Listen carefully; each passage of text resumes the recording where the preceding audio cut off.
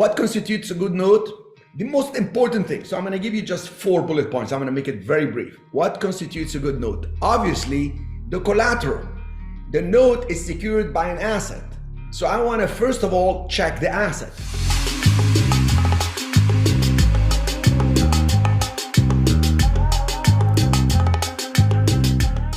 I gave you the example on the $480,000 property because the properties that we're building in Northport and Port Charlotte and east of Sarasota in Florida, these properties, when I'm done, and you'll see the calculation in the 2-day training, I did a breakdown how much it cost me, and then what I'll sell them, like I'll sell them at 480, get 80,000 down payment, I'll carry the 400,000 because they can sell extremely fast.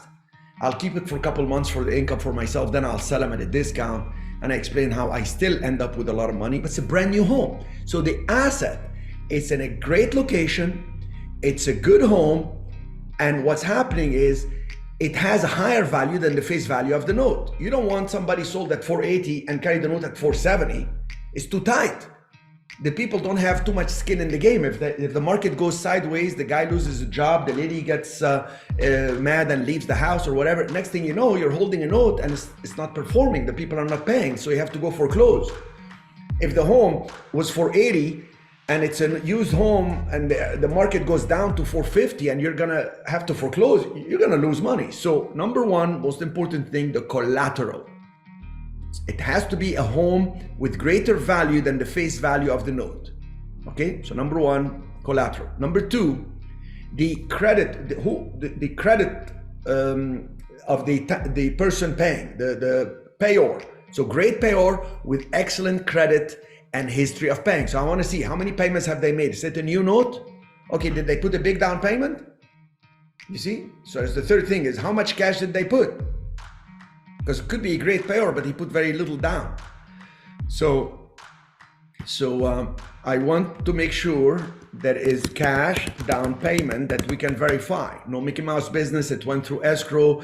You know, title is in their name. It's all right. So number one is the collateral. Number two is the credit of the payor, the person making the payments, and the history of these payments. Okay, so they tell me, oh, they made payments on time. Show me the history. It should be always used, handled by third-party service company, because third-party companies take the payments, allocate so much in interest, so much in principal, take so much for property tax and insurance, and then at the end of the year, they send that person, that payor, the person making payments, a statement for their taxes. This is regulated stuff. So you want to make sure there is good collateral and a good credit on the person making the payments. Number three, you want to make sure there was some cash down payment. Number four, you want a decent discount. So if the house is worth 480 and the note is 400 and you're getting that 351, guess what? That's a huge discount. You don't care then if they default. You see? And of course, I'll give you a bonus one is make sure that you're gonna get that cash flow coming to you through that third-party company and that you have that upside in case they don't pay. You always have to think of the negative scenario. What happens if something goes wrong? So collateral, the asset backing the note, the credit of the person paying, the cash down payment they put, the discount I'm getting, and can I just, if I want to get out, can I sell it? Is it kind of okay, cash flow? I can show all this to get out. Now, I would also, people tell me, okay, well, so should I buy a performing note or a non-performing note, as in a mortgage note? Well, I always prefer first buying a note that performs. Why am I gonna go why am I buying a problem unless it's a huge discount and the property is worth a lot more? Then I'm gonna have to deal with the foreclosure process, and I don't wanna evict people out of their homes. I prefer to do something else, which is called modification. So buy it performing first. Then if they stop making payments, I can contact them and say, look, I hold your note, my company owns the note, I'm a real estate fund, or I am an individual and I have the power to foreclose. The power in this country to the creditor, I'm the creditor, you owe me money. I can foreclose on you, it's gonna take some time. How about we work something out? Let's modify the note. You can make this payment, let me make you make interest-only payment for the next 6 months till you get another job. Let me stop the payments for a couple months until you get a job. If not, I will pay you to leave. So that's called modification of the note.